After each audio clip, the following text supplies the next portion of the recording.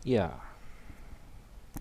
halo segenap uh, pemirsa, pendengar, dan partisipan dari kelas eksegesis kejadian di Grafe International Theological Seminary.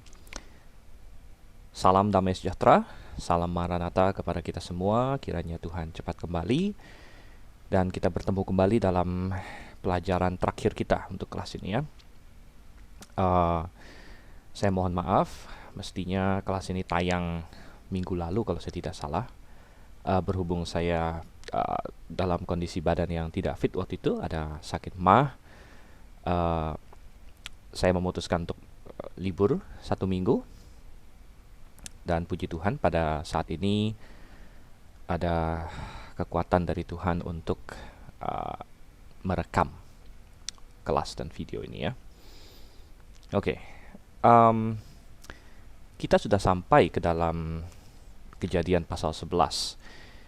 Dan mungkin ada berkata bahwa Kejadian kan 50 pasal ya. Jadi kenapa ini kelas terakhir padahal kita baru saja di pasal 11? Karena memang saya akhirnya memutuskan sebagai dekan akademis atau ketua bagian pembantu ketua ya, bagian akademis, bahwa untuk kelas Kejadian kita akan pisah menjadi dua.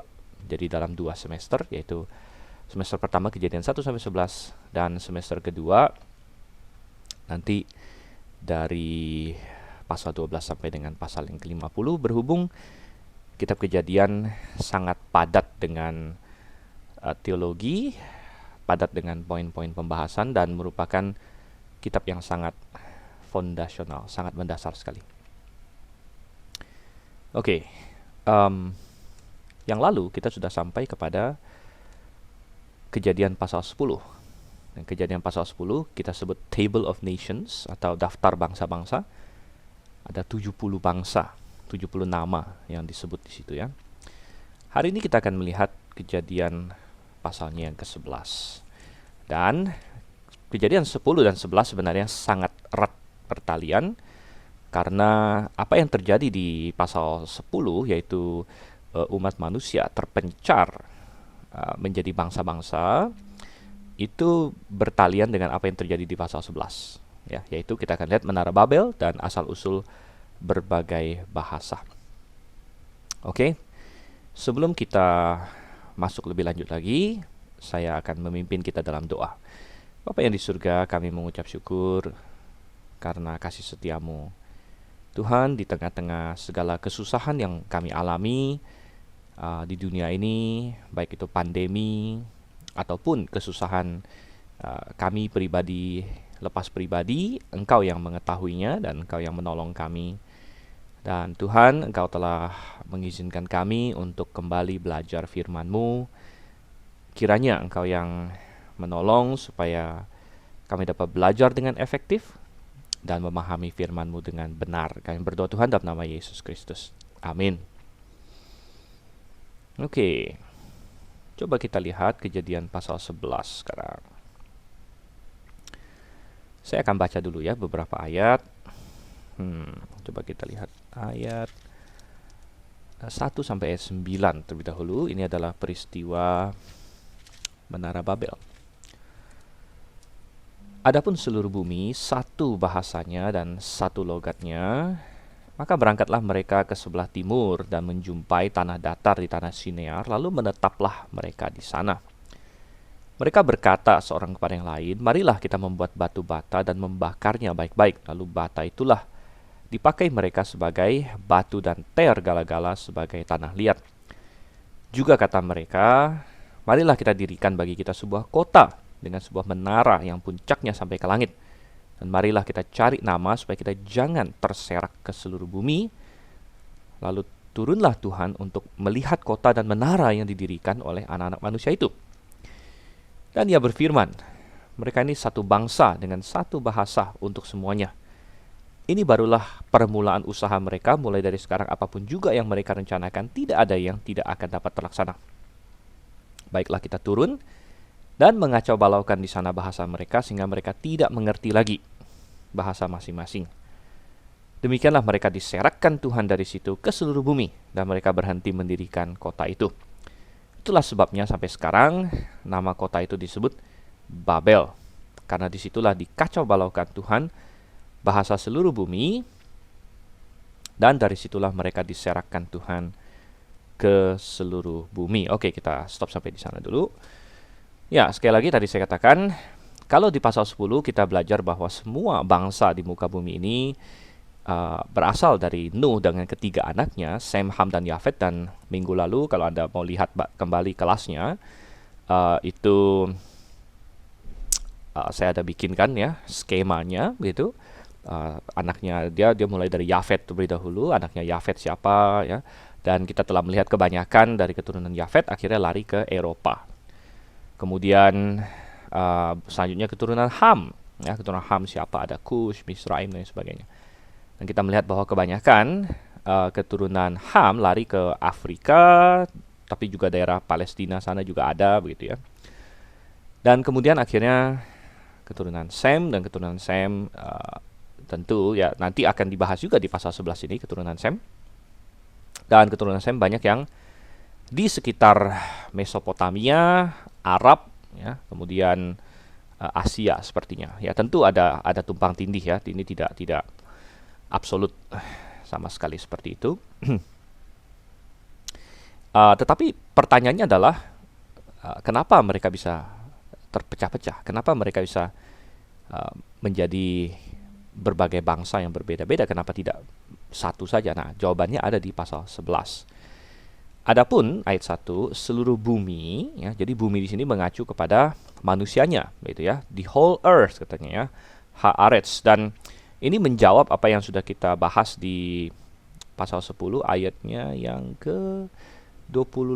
Kita lihat di sini. Ingat di pasal 10 ayat 25, bagi Eber lahir dua anak laki-laki, nama yang seorang ialah Pelek, sebab dalam zamannya bumi terbagi. Dan kita sudah sedikit bahas, dalam zamannya bumi terbagi maksudnya apa? Ada yang berkata lempeng-lempeng bumi, benua-benua terbagi. Namun kita sudah berkata bahwa itu kemungkinannya kecil. Ya, karena bergesernya lempeng-lempeng bumi akan mengakibatkan bencana alam yang sangat luar biasa sekali, dan itu lebih cocok terjadi pada saat air bah Nuh sebenarnya. Tapi yang dimaksud dengan bumi terbagi di zaman Pelek ya, jadi bumi di sini adalah earth, sama bahasa Ibrani-nya adalah Eretz atau di sini Haaretz, dan itu diperjelas di pasal 11 ayat 1. Jadi adapun seluruh bumi satu bahasa. Jadi bumi yang terbagi di zaman Pelek adalah bumi manusia maksudnya, bukan bumi fisik ya, bumi manusia. Sorry. Dan waktu itu mereka satu bahasanya, satu logatnya, one language and one speech. Jadi language ini dari kata safah ya, safah. Perhatikan di sini ya. Jadi bahasa, language dari kata safah. Dan safah secara literal artinya adalah lidah ya, atau bibir, bukan lidah, bibir ya. Jadi safah bibir. Jadi bibir bisa berarti bahasa, lidah juga bisa berarti bahasa, saudara kasih Tuhan. Jadi kalau bahasa Inggris ada bilang mother tongue ya, atau bahasa ibu kita bilang tongue. Jadi atau di dalam perjanjian baru ada karunia berkata-kata dalam lidah-lidah. Apa itu berkata-kata dalam lidah-lidah? Jadi maksudnya berkata-kata dalam bahasa-bahasa gitu. Oke, jadi semuanya satu bahasa. Nah, pertanyaan muncul, bahasa apa yang awalnya? Kan menarik ya. Bahasa apa yang menjadi bahasa pertama yang sebelum peristiwa Menara Babel ini? Alkitab tidak nyatakan secara absolut spesifik, namun kita bisa menginvestigasi dan membuat mungkin suatu hipotesis atau kesimpulan sementara lah ya. Tapi itu akan kita lakukan nanti. Maka berangkatlah mereka ke sebelah timur dan menjumpai tanah datar di daerah Sinear. Lalu menetaplah mereka di sana. Oke, jadi mereka berangkat ke sebelah timur. Nah, ke sebelah timur di sini dari mana? Tentunya dari, kita bayangkan waktu selesai air bah, Bahtera kan kandas di Gunung Ararat. Kemudian Nuh dengan keluarganya keluar, lalu mereka pasti mencari suatu pemukiman di situ. Berangkatlah mereka ke sebelah timur, sepertinya mengacu kepada hal tersebut. Jadi orang-orang ini pergi ke sebelah timur dari tempat asal, mungkin Nuh, Sem, Ham, dan Yafet ketika mereka keluar dari Bahtera itu. Jadi mereka pergi ke timur lagi dari situ. Gitu. Satu hal yang sangat menarik bahwa di dalam kitab Kejadian, ketika dikatakan pergi ke timur, sepertinya ada suatu indikator perpisahan atau separasi di sini. Ya, kalau kita masih ingat di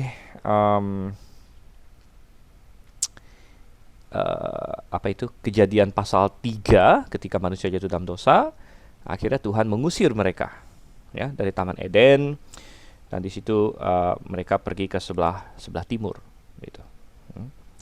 Kemudian nanti di pasal-pasal selanjutnya juga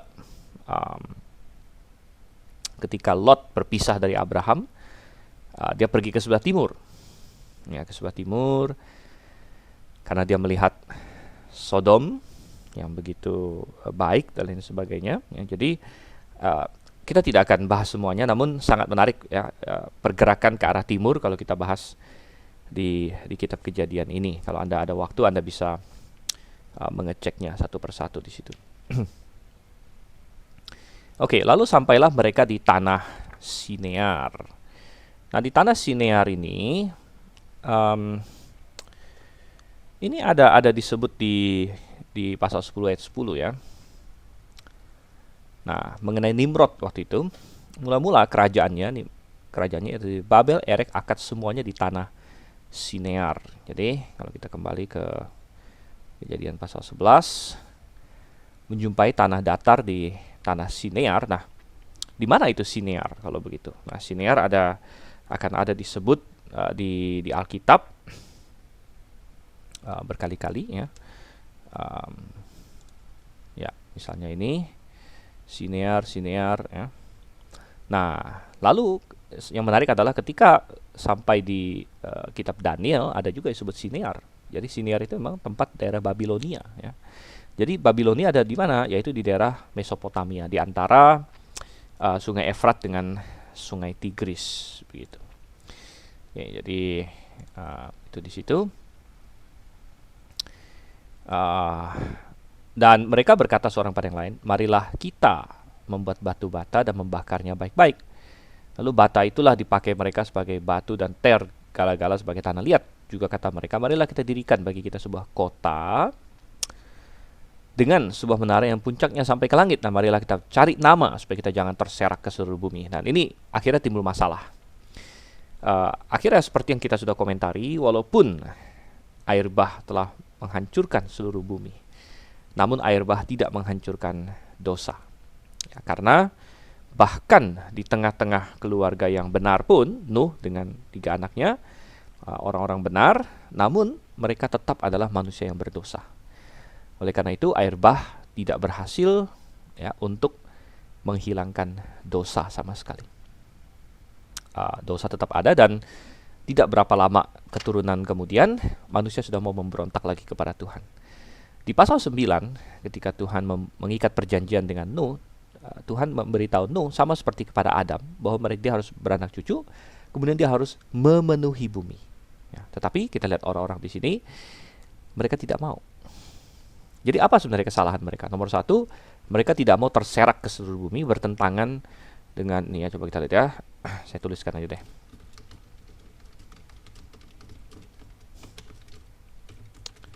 Kesalahan yang terjadi di Babel, dia tidak mau menuruti perintah Tuhan ya, untuk menyebar, untuk berserak-serak, untuk memenuhi bumi. Nomor 2 ya, kesombongan. Jadi mereka termotivasi oleh kesombongan. Marilah kita cari nama gitu. Marilah kita cari nama supaya kita jangan terserak ke seluruh bumi. Dan nomor 3, sepertinya ada indikasi bahwa mereka kita bilang apa ya, mau mengantisipasi hukuman Tuhan. hukuman Tuhan. Jadi mereka ingin membuat suatu menara yang puncaknya sampai ke langit, dan bisa jadi ini termotivasi oleh pemahaman bahwa wah, kalau sampai Tuhan mendatangkan air bah lagi, kita perlu suatu cara begitu ya, suatu cara untuk melarikan diri dan menara yang puncaknya sampai ke langit begitu. Jadi ini adalah kesalahan mereka, ya, kesalahan yang tersurat di sini, yang tersurat. Intinya mereka mau memberontak kepada Tuhan, dan ini dikaitkan dengan Nimrod, ya, walaupun Nimrod tidak disebutkan di ini di perikop pasal 11, namun tadi sudah kita lihat di pasal 10 bahwa Babel dan tanah Sinear itu adalah tempat kerajaannya Nimrod. Oleh karena itu, kesimpulan yang sangat gampang sekali bahwa Nimrod adalah pemimpin pemberontakan di Babel. Dan ini sangat menarik karena kata Nimrod, yaitu artinya ya adalah marilah kita memberontak, atau kita akan memberontak, ya. Ini arti dari kata Nimrod sendiri gitu. Jadi kenapa bapaknya kasih nama dia Nimrod gitu? Bapaknya kan Kush, ya. Dan Kush memberi nama anaknya Nimrod, marilah kita memberontak atau kita akan memberontak gitu. Jadi kita melihat padahal Kush itu anaknya Ham, ya, dan berarti Nimrod adalah cucunya Ham, ya, cucunya Ham. Ya, jadi sedangkan Pelek ini, ya, katanya kan terbagi di zamannya Pelek, begitu kan? Nah, Pelek ini anak keberapa? Coba kita kalau kita lihat di ini, ya. Saya tarik sedikit ke atas. Pasal 10 ayatnya yang ke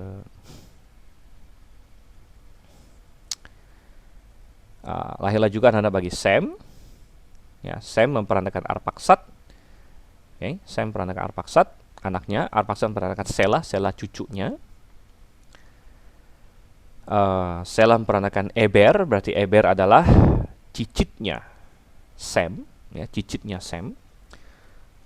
Kemudian coba ya, Sem, Arpaksad anaknya, Sela cucunya, Eber cicitnya, maka Pelek adalah anak cicit. Apa itu namanya anak cicit? Saya tidak tahu ya, anak cicit apa bahasa Indonesianya. Tapi anak cicit berarti keturunan keempat, ya. Anak kan keturunan pertama, cucu keturunan kedua, cicit keturunan ketiga, ya, keturunan keempat. Sedangkan Nimrod itu cucu dari Ham, cucu dari Ham, ya. Jadi Ham perandakan Kush, kemudian memperandakan Nimrod begitu. Dan ini wajar, ya, karena tentunya peristiwa Menara Babel terjadi sebelum Pelek lahir, begitu. Karena barulah akhirnya dia dikasih nama Pelek, gitu ya. Baru dikasih nama Pelek katanya kan, sebab dalam zamannya bumi terbagi. Mana sini Pelek, ya, Pelek. Dan mungkin peristiwa Menara Babel terjadi tidak lama, beberapa saat sebelum Pelek lahir. Jadi akhirnya dia kasih nama Pelek, ya.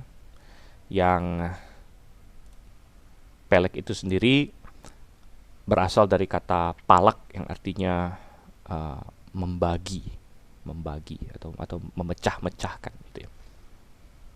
Jadi Nimrod tentunya sudah harus berkuasa gitu, ya. Jadi cucunya Ham sudah berkuasa, sudah melakukan pemberontakan di Babel. Akhirnya Tuhan pecahkan mereka, baru tidak lama kemudian Pelek lahir. Pelek ini adalah anak dari cicitnya Sem. Begitu. Jadi sedikit gambaran waktu yang terjadi di situ.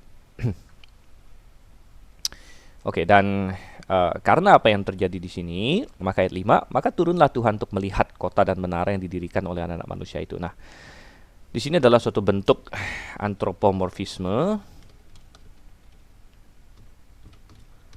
Antropomorfisme intinya adalah bahwa kita menggunakan istilah-istilah manusia untuk menggambarkan Tuhan. Seperti Tuhan turun, Tuhan mengunjungi. Padahal Tuhan kan maha hadir sebenarnya, Tuhan melihat-lihat ya. Jadi sebenarnya Tuhan ya ini ya tidak perlu melakukan itu. Atau bisa juga memang ini adalah ada Kristofani yang datang gitu. Artinya memang misalnya salah satu pribadi, yaitu pribadi kedua dalam Allah Tritunggal, yaitu Yesus Kristus yang sebelum datang dalam daging atau prainkarnasi datang untuk melihat, itu bisa juga begitu. Atau suatu antropomorfisme gitu. Dan ia berfirman di 6, mereka ini satu bangsa dengan satu bahasa untuk semuanya. Ini barulah permulaan usaha mereka, mulai dari sekarang apapun juga yang mereka rencanakan, tidak ada yang tidak akan dapat terlaksana. Tidak percuma bahwa manusia itu diciptakan menurut gambar dan rupa Allah, sehingga manusia menjadi makhluk yang sangat kreatif, sangat hebat sekali, dan kita bisa melihat perkembangan ilmu pengetahuan dan teknologi begitu pesat ya. Kapan ya, terutama beberapa dekade terakhir ini. Mengapa? Karena adanya globalisasi. Ya, dengan adanya globalisasi, akhirnya bahasa Inggris hari ini menjadi bahasa internasional. Riset-riset dilakukan dengan bahasa Inggris, hasil-hasil riset ya, semua pendidikan. Jadi semua saling memahami apa yang dilakukan oleh ilmuwan Jepang. Ya, mereka tulis dalam jurnal bahasa Inggris misalnya. Bisa dipahami oleh orang dari Amerika, dari Jerman, dari Eropa, dari Indonesia. Jadi ketika manusia bersatu, wah ini hasilnya luar biasa sekali. Dan perkembangan teknologi begitu cepat ya. Komputer lah, di bidang medis lah, di bidang teknologi nano ya, telekomunikasi ya, perkembangan handphone saja begitu cepat, sudah kasih Tuhan. Tidak terasa ya, 20 tahun yang lalu saya handphone aja belum punya begitu. Tahun 2000 waktu itu ya. Teman-teman saya banyak yang sudah mulai sih, tapi itu masih handphone yang culun-culun gitu. Tapi sekarang kita lihat ya, karena ada persaingan, karena globalisasi dan lain sebagainya, dan manusia diciptakan memang menurut gambar dan rupa Allah ya, memiliki kemampuan kreatif yang luar biasa. Namun masalahnya adalah ketika manusia menggunakan persatuan itu untuk menentang Tuhan. Wow ya. Ketika manusia bersatu menentang Tuhan. Nah, ini yang repotnya. Dan secara rohani kita juga harus berhati-hati, Saudara Tuhan. Nah, di Indonesia kita ada pepatah bersatu kita utuh ya, bercerai kita runtuh, atau bersatu kita kuat intinya. Dan Saudara kasih Tuhan,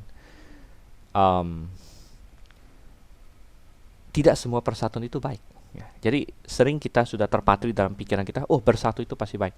Sehingga secara rohani banyak gereja sekarang menyerukan persatuan ya. Jadi peristiwa Menara Babel, kita bilang ya, peristiwa Menara Babel adalah persatuan untuk menentang atau keluar dari desain Tuhan gitu. Tuhan inginnya mereka seperti apa, tapi mereka bersatu. Tapi bersatu bukan melakukan apa yang Tuhan inginkan, tapi bersatu untuk menentang Tuhan atau keluar dari desain Tuhan ya. Dan ini sangat menarik sekali, sangat penting sekali. Secara rohani ini sangat penting, Saudara Tuhan. Di mana hari ini juga ada seruan untuk persatuan ya, seruan persatuan gereja-gereja ya, atau yang kita sebut sebagai ekumenisme, atau bisa juga ditulis oikumenisme ya, oikumenisme. Dan selalu disuruhkan, weh kita harus bersatu, weh kita harus tubuh Tuhan jangan terpisah-pisah dan lain sebagainya. Wah, sering kasih Tuhan. Dan yang sering dipakai adalah Yohanes pasal 17. Wah, Tuhan Yesus berdoa, jadikanlah mereka satu dan lain sebagainya. Dan saudara kasih Tuhan, orang yang sungguh-sungguh percaya dalam Tuhan, kita tidak ada masalah dengan persatuan sama sekali. Asal persatuan apa? Nah, kalau kita baca di dalam Yohanes pasal 17 ya, yang sering dikutip ini, saya perbesar biar kelihatan. Oke, ini kita ubah deh. Oke, ke bahasa Yunani aja. Oke. Ya, dan ini doa Tuhan Yesus ya.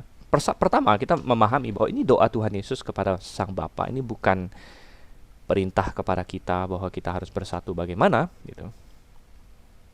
Dan persatuan ini dimaksud adalah persatuan rohani, yaitu satu di dalam Yesus Kristus ya, satu di dalam Yesus Kristus. Dan ini Doa ini sudah dijawab oleh Allah Bapa.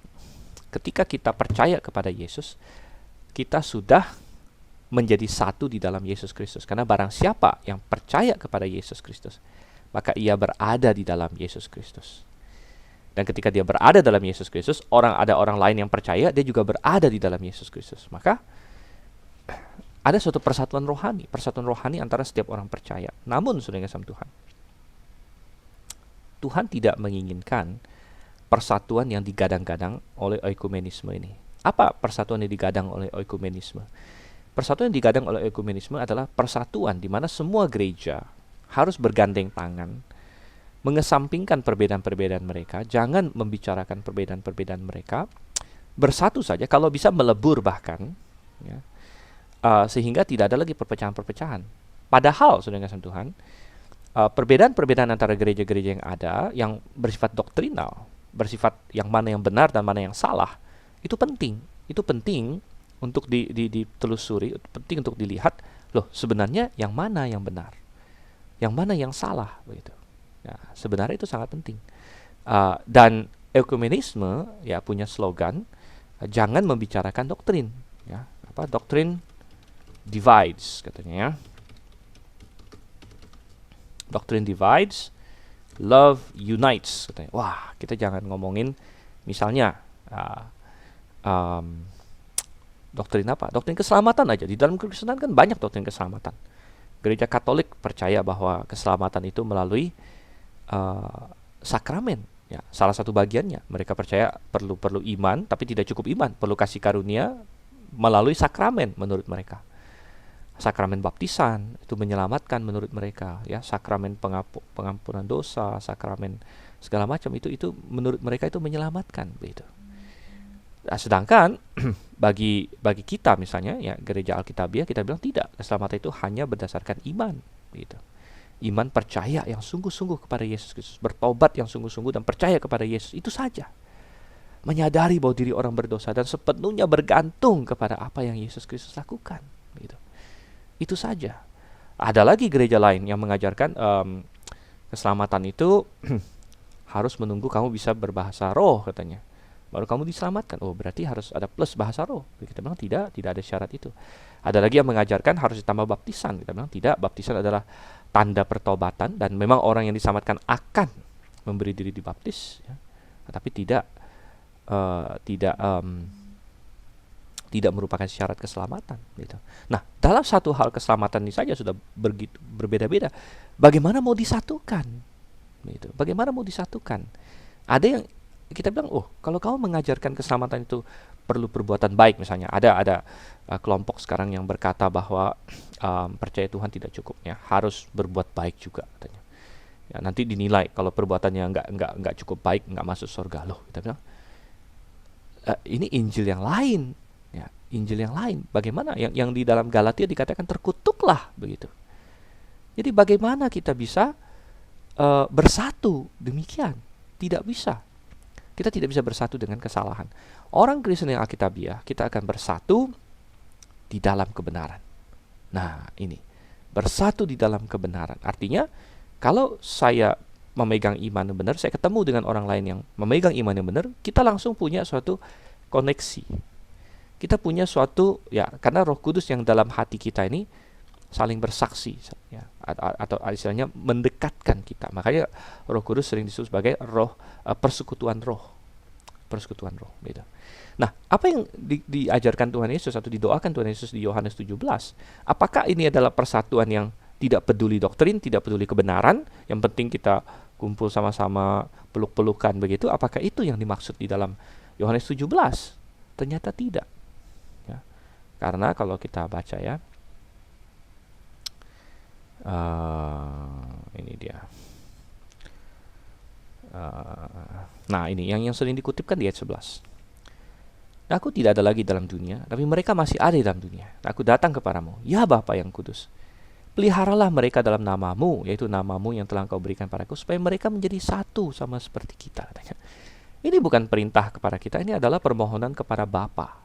Dan ini bicara mengenai tadi saya bilang persatuan rohani, yaitu sama-sama orang yang diselamatkan sama-sama berada di dalam Yesus Kristus. Ini tidak bisa diusahakan oleh manusia, begitu. Ini adalah berdasarkan posisi kita di dalam Kristus. Tetapi kalau kita baca lebih lanjut lagi,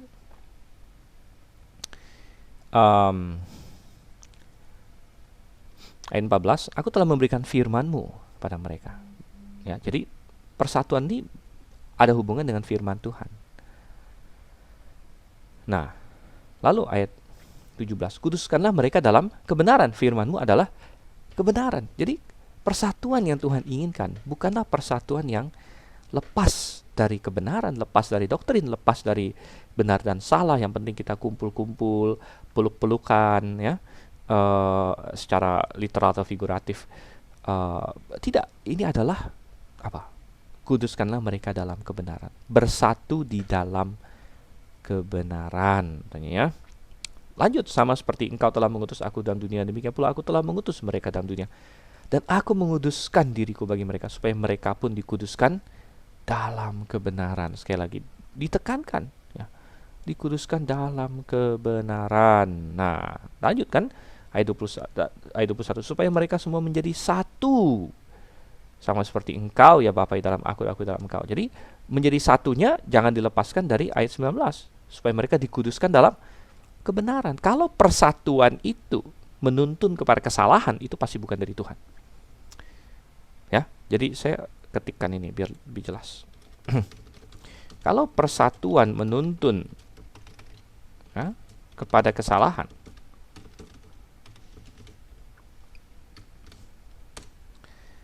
kalau persatuan menuntun kepada kesalahan atau pengabaian terhadap kebenaran, ya pengabaian terhadap kebenaran, ya kesalahan, ya, itu pasti bukan dari Tuhan.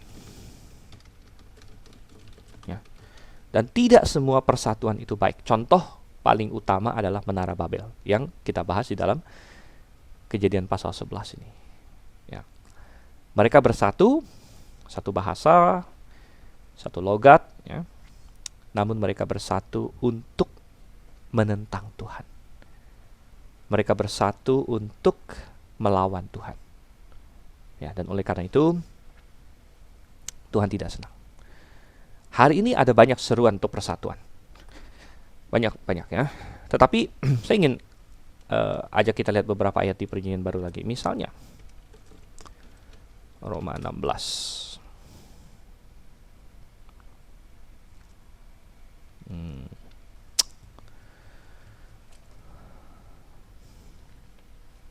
Misalnya Roma 16 ayat 17.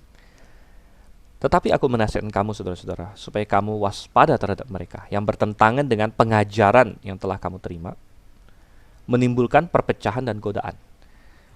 Jadi, siapa yang menimbulkan perpecahan? Orang yang menimbulkan perpecahan menurut Paulus adalah orang yang menyimpang dari pengajaran para rasul, pengajaran Paulus. Jadi, orang yang menimbulkan perpecahan bukanlah orang yang menolak untuk bersatu dengan orang yang salah, gitu. Melainkan orang yang menyimpang dari pengajaran Rasul. Perhatikan ayat yang ke 17 nih. Sebab itu hindarilah mereka, katanya. Avoid them. Ya, avoid them.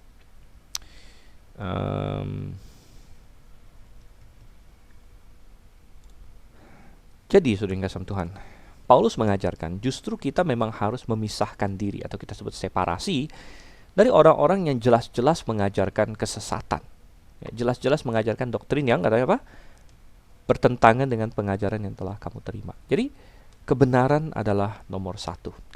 Bahkan kalau kita lihat di dalam 2 Yohanes, ya, 2 Yohanes. Dan saya akan bacakan bahasa Inggrisnya, ini lebih tegas lagi di sini, ya. Dari penatua, the elder unto the elect lady and her children, whom I love in the truth. Perhatikan.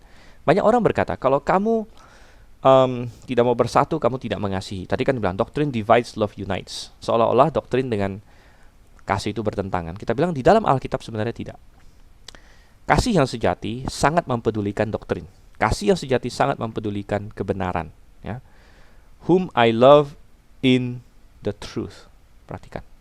And not I only, but also all they that have known the truth. For truth's sake. Perhatikan berapa banyak kata love dengan kata truth, ya, kasih dengan kebenaran berseliweran, ya, dan saling kait-mengait di sini. For the truth's sake, which dwelleth in us and shall be with us forever. Grace be with you, mercy and peace from God the Father and from the Lord Jesus Christ, the Son of the Father, in apa? Truth and love. In truth and love. Ini kedua hal ini tidak bertentangan. Ya. Jadi, dan Anda bisa teruskan, ya,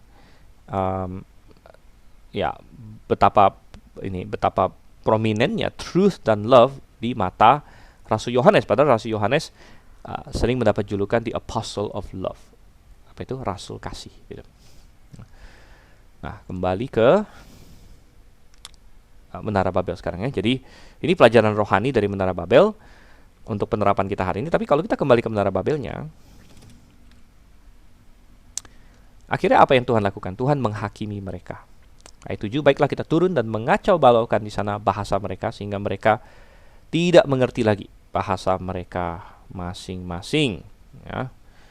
Let us go down and confound. Nah, kata confound ini dari kata ini balal, ya, balal. Dari kata balal. Perhatikan ada kata let us juga, marilah kita. Dan ini mirip dengan apa yang di dalam Kejadian pasal 1, marilah kita atau baiklah kita menciptakan manusia misalnya. Ini mengacu kepada Tritunggal. Jadi baiklah kita turun mengacau balaukan. Jadi dari kata balal, makanya akhirnya tempat itu namanya Babel, ya. Nah, mengacau balaukan, dikacau balaukan itu dari bahasa Ibraninya balal, ya, akhirnya namanya menjadi Babel gitu. Sehingga mereka tidak mengerti lagi bahasa masing-masing. Demikianlah mereka diserahkan Tuhan dari situ ke seluruh bumi, dan mereka berhenti mendirikan kota itu. Itulah sebabnya sampai sekarang nama kota itu disebut Babel, karena disitulah dikacau balaukan Tuhan. Ya, sekali lagi dikacau balaukan di sini, ya, confound. Ya, sini dari kata balal. Ya. Kisham, karena di sanalah Balal, Yehova, Safat. Ya, jadi dikacaukan oleh Yehova Tuhan. Safat tadi bibir atau bahasa. Kol haaretz, seluruh bumi. Ya. Oke, dan dari situlah mereka diserahkan Tuhan ke seluruh bumi. Akhirnya muncullah bangsa-bangsa sebagaimana yang tertulis di pasal 10. Ada 70 nama yang disebut situ, atau 70 nations gitu ya. Nah, apakah ini suatu mitos? Oh tidak, saudara kasih Tuhan. Ini bukan mitos, ini bukan legenda, ya. Ini bukan, ini fakta. Ya, dan kalau tidak dicatat mengenai peristiwa Menara Babel ini, kita akan bingung dari mana asal bahasa-bahasa di seluruh dunia. Ya, dari mana asalnya? Bahkan kaum evolusionis hari ini sulit untuk menjelaskan kenapa manusia bisa punya banyak bahasa begitu. Karena mereka harus menjelaskan, karena mereka percaya manusia itu berasal dari semacam kerak begitu ya, primata tertentu yang akhirnya berubah menjadi manusia dan mendapatkan kemampuan untuk berbicara. Tapi kenapa kemampuan berbicara ini lalu muncul menjadi berbeda-beda begitu. Dan kaum evolusionis sampai hari ini tidak memiliki penjelasan yang memuaskan mengapa bisa ada begitu banyak bahasa di dunia sekarang ini. Nah, seluruh bahasa-bahasa di dunia bisa dikelompokkan menjadi rumpun-rumpun tertentu. Ya, seperti bahasa apa ya? Bahasa Inggris, ya, Spanyol. Nah, itu mirip-mirip rupanya, ada satu rumpun gitu kan. Nah, bahasa Mandarin misalnya dengan Jepang, dengan Korea itu pasti ada kemiripannya, ada rumpunnya. Jadi semua bahasa itu ada rumpun keluarganya yang bisa ditarik-tarik lagi begitu.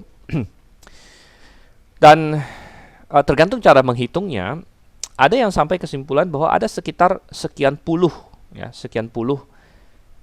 keluarga besar bahasa. Dan ini sekian puluh sampai dengan seratusan lah begitu ya. Jadi tergantung cara menghitungnya.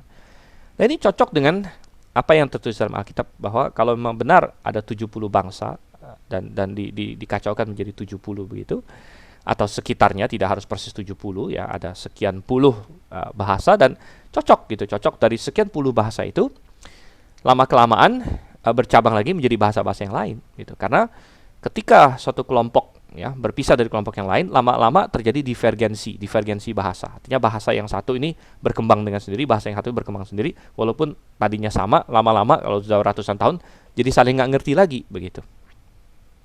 Ini adalah fenomena linguistik yang terjadi tentunya ya. Ya, dan kaum evolusionis tidak bisa menjelaskan mengapa bisa tapi itu banyak bahasa. Bahkan yang lebih menarik lagi adalah bahasa yang semakin kuno. Nah, memang tidak absolut, tapi secara tren general adalah bahasa yang kuno lebih kompleks daripada bahasa yang lebih baru. Dan ini sangat aneh begitu. Mestinya sesuai dengan teori evolusi, semua berevolusi dari simple, dari sederhana ke kompleks. Tapi ternyata tidak demikian dengan bahasa. Bahasa yang lebih kuno rata-rata lebih kompleks daripada bahasa yang modern begitu. Bahkan bahasa-bahasa modern sekarang kita ini adalah simplifikasi. Kita bisa ambil bahasa Inggris misalnya, ya terjadi simplifikasi. Ya. Anda baca tulisan bahasa Inggris di zaman Shakespeare, ya sudah disimplifikasi. Kalau zaman Shakespeare misalnya seperti di King James Version ya, kalau Anda membaca walaupun memang bukan zaman Shakespeare sih King James, tapi Anda bisa melihat di situ misalnya kata ye, thou, ya, you. Jadi you dengan ye beda. You itu kamu tunggal, ye itu kalian. Nah, kalau bahasa Inggris modern kan semuanya you aja. Ya, semuanya you. Nah, jadi kita bilang, wah, repot sekali kalau begitu. Ya, repot sekali kalau begitu. Dan terjadi simplifikasi, ya. Di bahasa Inggris modern tidak bisa dibedakan lagi. You itu kamu atau kalian. Tapi kalau di bahasa Inggris kuno ada you, ada ye. Ya. Jadi banyak simplifikasi. Bahasa Mandarin, ya. Tulisan tradisional sangat kompleks. Makin lama makin disederhanakan. Yang di Cina sekarang semua memakai tulisan simplifikasi yang sudah disingkat begitu. Namun kadang-kadang ada makna yang hilang dari singkatan tersebut. Seperti kata kebenaran atau righteousness dalam bahasa Mandarin ya. Kalau tulisan tradisional itu sangat jelas ada ini ada domba di atas saya gitu. Itu kebenaran, domba di atas saya. Wow. Itu kan sangat wow. Kita wow, kenapa dalam bahasa Mandarin kebenaran itu ada domba di atas saya? Berarti kebenaran itu adalah ada korban untuk menggantikan saya jadi benar gitu. Nah, tapi kalau dalam yang bentuk yang sudah disederhanakan, akhirnya hilang itu karena tinggal tiga garis saja begitu. Ya. Mereka sederhanakan. Ya, tapi sudah nggak sama Tuhan banyak ya semua. Anda belajar Latin, belajar Yunani lain sebagainya. Saya belajar Yunani, ya, Latin saya tahu sangat sedikit ya. Itu bahasa-bahasa yang kompleks ya. Seperti saya belajar bahasa Yunani untuk baca Alkitab. Wah, kasusnya ada 5 atau 8 tergantung cara hitungnya. Mana ada ya bahasa-bahasa sekarang tidak memakai seperti itu saudara Tuhan. Ya. Nah, jadi bahasa cenderung yang kuno justru kompleks, makin lama makin disederhanakan. Nah, gitu Bang. Kok bisa? Ya. Bukankah evolusi mestinya mulainya sederhana, makin lama makin kompleks kan? Ya, mestinya, tapi ternyata tidak. Nah, ini mengindikasikan evolusi tidak benar. Dan bahasa muncul dari Menara Babel. Tuhan yang bikin bahasa-bahasa itu dengan cara mengacaukannya. Nah, karena dikacaukan, ya, kita bisa berkata, kembali pertanyaan tadi. Bahasa asli apa? Bahasa yang paling pertama yang dipakai Adam dan Hawa, yang dipakai oleh Nuh, yes, dan sebagainya. Bahasanya apa? Nah, kita tidak tahu pasti. Namun indikasi kuatnya bahasa itu adalah bahasa Ibrani, ya mungkin bukan Ibrani persis seperti sekarang, tapi Ibrani kuno lah, gitu, atau kita sebut Proto-Hebrew. Ya. Nah, kalau menurut skema sekuler, bahasa Ibrani itu bahasa yang agak baru, begitu ya. Namun kita bilang, mengapa? Gitu, ada beberapa pemikiran. Nomor satu di pasal-pasal awal Kitab Kejadian, di mana Tuhan ngomong begini, Adam ngomong begini, dan sebagainya, itu cuman masuk akal kalau bahasanya bahasa Ibrani, ya. Cuman masuk akal kalau bahasanya Ibrani. Misalnya Adam artinya manusia, Adamah artinya tanah. Oke? Jadi manusia dibuat dari tanah, Adamah. Laki-laki, perempuan, ya perempuan diambil dari laki-laki. Perempuan adalah Isyah, diambil dari Ish, ya. Jadi Isyah diambil dari Ish. Ada banyak sekali permainan-permainan kata seperti itu. Lagi pula, satu pertimbangan lain lagi adalah apakah semua manusia ikut memberontak di Menara Babel waktu itu? Nah, Alkitab tidak kasih tahu. Ya. Apakah semua manusia ikut memberontak di Menara Babel? Perkiraan saya tidak. Karena di sepanjang zaman pasti ada remnant, pasti ada sisa orang yang beriman lah gitu ya. Walaupun mayoritas memberontak di Menara Babel, namun ada remnant yang tidak memberontak. Nah, remnant itu siapa kemungkinan besarnya? Ya, kemungkinan besarnya adalah Sem, ya, yang kemudian menurunkan sampai ke Abraham dan lain sebagainya. Artinya jalur Abraham. Dan pertanyaan kita adalah, kalau misalnya ada sebagian manusia yang tidak memberontak di Menara Babel, apakah bahasa mereka dikacaukan? Ya, bisa jadi tidak juga. Karena apa? Pengacauan bahasa ini kan hukuman dari Tuhan. Hukuman dari Tuhan.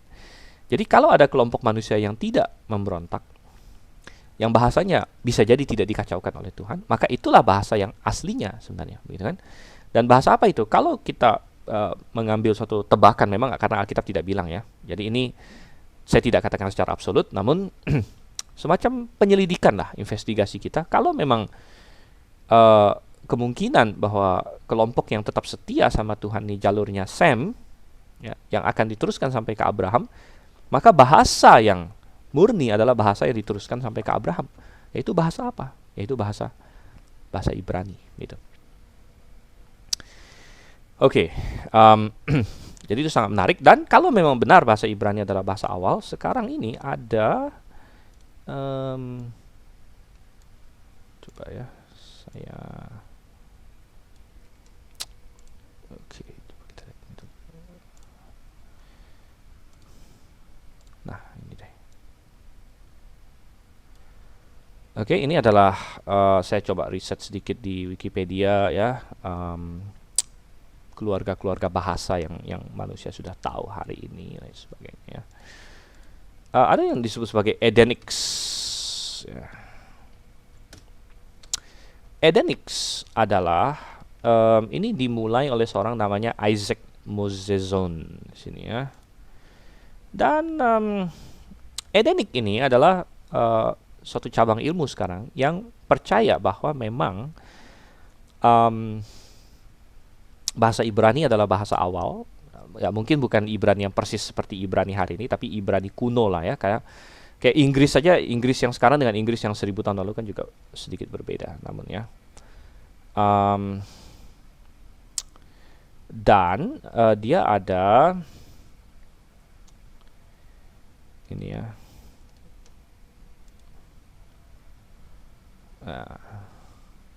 Dia ada membandingkan kenapa dari banyak sekali bahasa di dunia ini banyak yang mirip begitu, banyak yang mirip. Dan gak usah jauh-jauh. Misalnya kata untuk ibu ya, atau nah ini dalam banyak bahasa itu rata-rata ada unsur huruf M. Nah, dalam bahasa Ibrani ibu itu adalah aim ya, aim. Jadi alef mem ya, aim itu dengan pakai sere di bawahnya. Tapi kita lihat di banyak sekali bahasa kata ibu ada unsur M-nya di situ. Misalnya mama dalam bahasa Mandarin, mama, mother, mater dan sebagainya. Banyak sekali ya. Jadi ada banyak kemiripan walaupun bahasa-bahasa ini. Jadi saya tidak akan bahas semuanya. Dia ada bahas juga misalnya ingat bahwa Adam kan kasih nama kepada semua binatang. Binatang apa yang lehernya paling panjang? Kita bilang jerapah. Coba ya. Saya kasih lihat di sini. Jerapah, bahasa Indonesia nih. Jerapah. Tapi jerapah ini secara linguistik sama dengan giraffe. Nah, Anda perhatikan nih. Ya.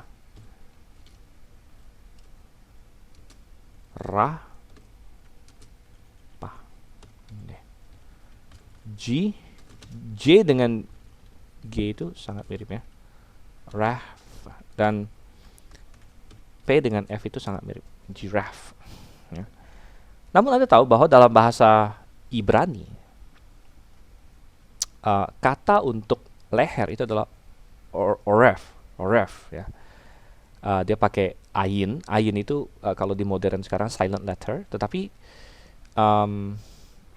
uh, dulu itu ngeh, kayak ngeh, ngoref gitu, ngoref. Jadi bisa jadi si Adam ini melihat ada jerapah lewat, dia bilang, oh saya kasih nama ini si leher, gitu. Si leher, gitu ya. Jadi sangat menarik sekali. Dan Anda kalau tertarik, Anda bisa search di website dia segala macam ya. Um, dia ada, nah ini ya misalnya giraffe ya, dari kata goref, oref ya. Um, ya jadi banyak sekali ya dia kait-kaitkan ya bahwa ternyata semua bahasa di dunia ini ada sambung menyambungnya ya, karena Tuhan tidak ciptakan bahasa yang sama sekali berbeda baru di Menara Babel, namun Tuhan mengacaukan bahasa yang ada. Jadi dibalik-balik hurufnya, tensesnya dan sebagainya begitu. Nah, ya Menara Babel ini juga kita tahu ini adalah asli ya, karena akhirnya muncul dalam benak memori manusia secara keseluruhan. Makanya di seluruh dunia ada yang namanya zigurat. Nah ini ya, ini zigurat ini kita temukan di seluruh dunia. Nah, ini gambar-gambar seperti Mesopotamia. Jadi di Amerika Selatan juga ada yang seperti ini. Di Asia juga ada orang bikin-bikin seperti ini. Nah, kenapa hampir semua kebudayaan di dunia ini ada bentuk-bentuk seperti ini ya? Karena mereka mengingat apa yang nenek moyang mereka lakukan dan mereka membawanya serta, gitu ya. Oke, sampai mana kita? Oke, nah itu Menara Babel. Coba kita kembali ke dalam Kejadian pasalnya ke-11. Coba saya cek dulu apakah semua yang mau saya bahas sudah saya bahas. Mungkin ada sedikit hal yang perlu sedikit dibahas lagi, yaitu bagaimana dengan manusia gua. Nah, kadang-kadang evolusionis yang berkata, nah kan ada manusia gua itu datang dari mana? Nah, manusia gua ya itu sebenarnya adalah ini keturunan dari Nuh juga, keturunan dari Nuh. Karena mereka terpisah-pisah akhirnya karena tidak saling mengerti bahasa. Ada kelompok-kelompok tertentu yang dia punya bahasa dia sendiri, tapi kemudian dia pergi jauh, terisolasi dari kelompok-kelompok yang lain. Karena terisolasi dari kelompok-kelompok yang lain, sebagian mereka mungkin berpikir daripada saya bangun rumah lebih baik saya tinggal di gua begitu. Dan ternyata penelitian tentang gua-gua yang sempat ditempati oleh manusia gua ini menunjukkan bahwa mereka memiliki tingkat budaya yang tinggi sebenarnya. Misalnya dalam hal menggambar. Jadi mereka menggambar di dinding-dinding gua itu ya. Mereka hunting ya, memburu binatang dengan teknik yang sangat luar biasa, bahkan lebih canggih dari banyak pelukis zaman sekarang begitu. Ya, ini memperlihatkan bahwa mereka bukanlah orang-orang bodoh sebenarnya ya, karena sering digambarkan manusia gua itu manusia yang bodoh-bodoh gitu kan. Tidak demikian gitu ya. Oke. Dan kita baca sekarang dari ayat 10 seterusnya. Inilah keturunan Sem setelah Sem berumur 100 tahun, yang memperandakan Arpaksad. Nah, ini sudah disinggung, tapi ini mengulang lagi. Mengulang sebagiannya. 2 tahun setelah air bah itu, Sem masih hidup 500 tahun setelah yang memperandakan Arpaksad. Dan yang memperandakan anak laki dan perempuan. Berarti Sem total hidupnya berapa? Ya, 100 tahun memperandakan Arpaksad, kemudian hidup 500 tahun, berarti dia 600 tahun.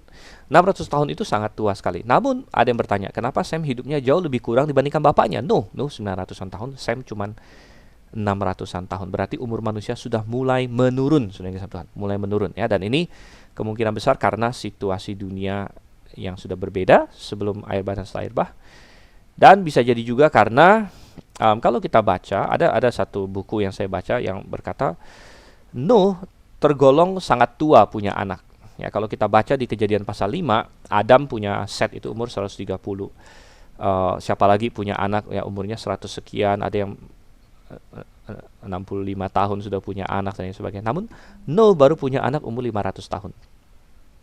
Nah, ilmu kedokteran sekarang mengetahui bahwa kalau seorang laki-laki punya anak terlalu tua ya, kemungkinan terjadinya kerusakan genetika pada anaknya bertambah besar, gitu, bertambah tinggi, gitu ya. Nah, jadi bisa jadi ya Nuh mungkin dia menikah sudah tua atau lain sebagainya, dan dia punya anak, ya, akhirnya memiliki defect genetika, begitu ya. Ya, yang kalau bagi kita sih masih sangat kuat 600 tahun. Namun dibanding dengan Nuhnya sendiri sudah tidak sekuat Nuh lagi, begitu, yang sampai 900 tahun. Oke. Sem masih hidup 500 tahun setelah yang peranakan Arpaksad yang peranakan anak laki dan perempuan. Setelah Arpaksad hidup 35 tahun, yang peranakan Selah.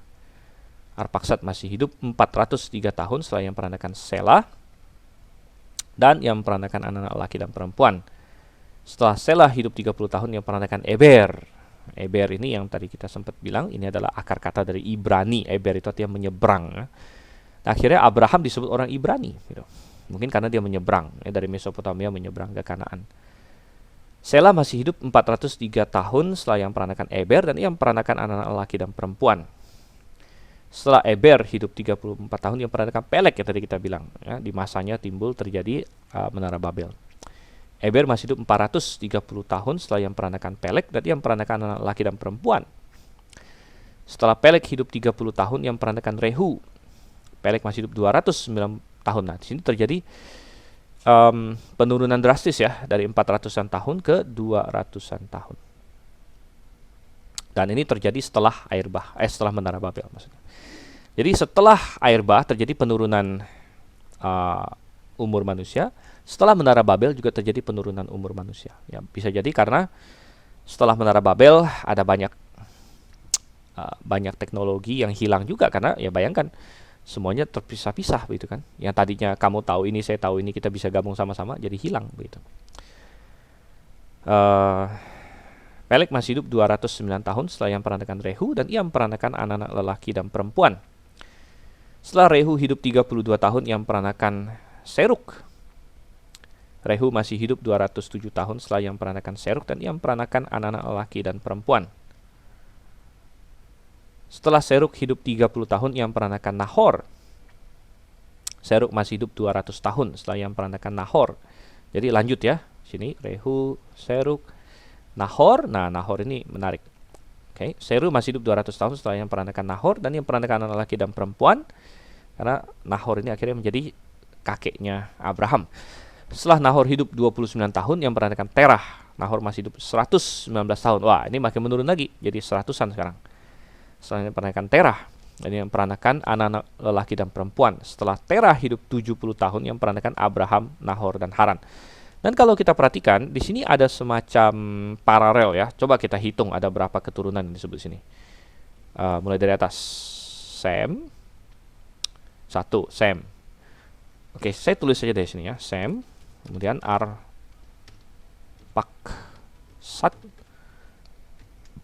Selah. Bisa balik. Habis Selah adalah Eber. Habis Eber Pelek.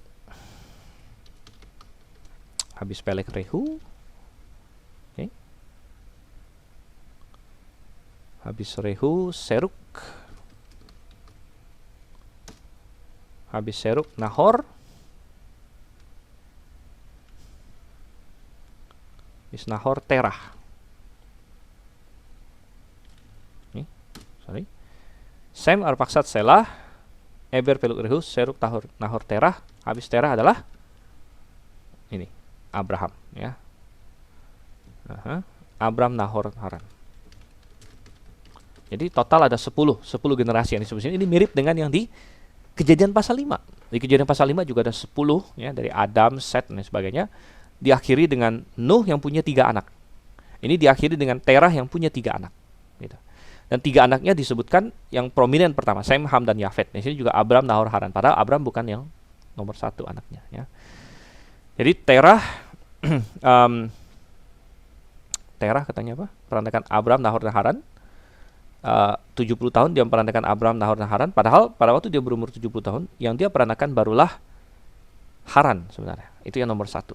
Ya. Abram itu diperanakan sekitar dia sudah umur 130 30 kalau saya nggak salah ya.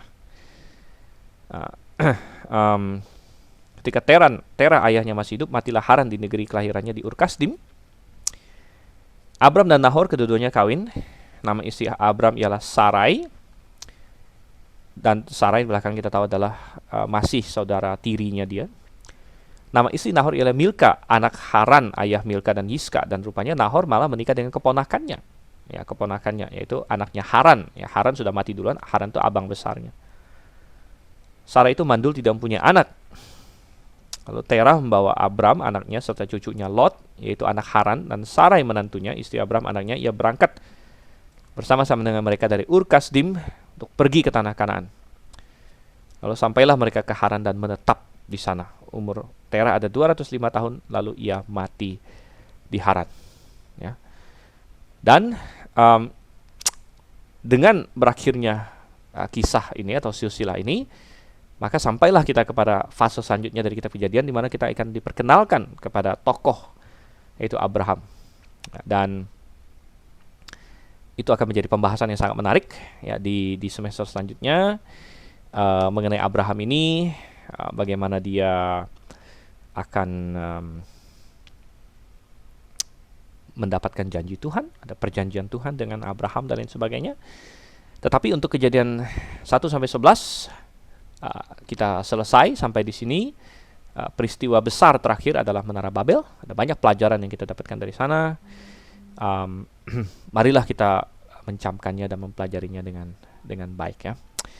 Oke, jadi kita akan selesai. Bagi mahasiswa-mahasiswi GITS, informasi mengenai ujian dan lain sebagainya, paper ya akan diberitahu lebih lanjut, karena memang jadwal kuliah kita agak sedikit amburadul ya, karena situasi ya, PSBB dan sebagainya. Namun kita tahu berdasarkan bahwa Tuhan turut bekerja dalam segala sesuatu untuk kebaikan. Jadi kita mengucap syukur ya bahwa kita tetap bisa belajar, dan mungkin melalui video-video ini banyak orang lain ya selain yang di luar, yang di kelas, yang bisa mendapat berkat.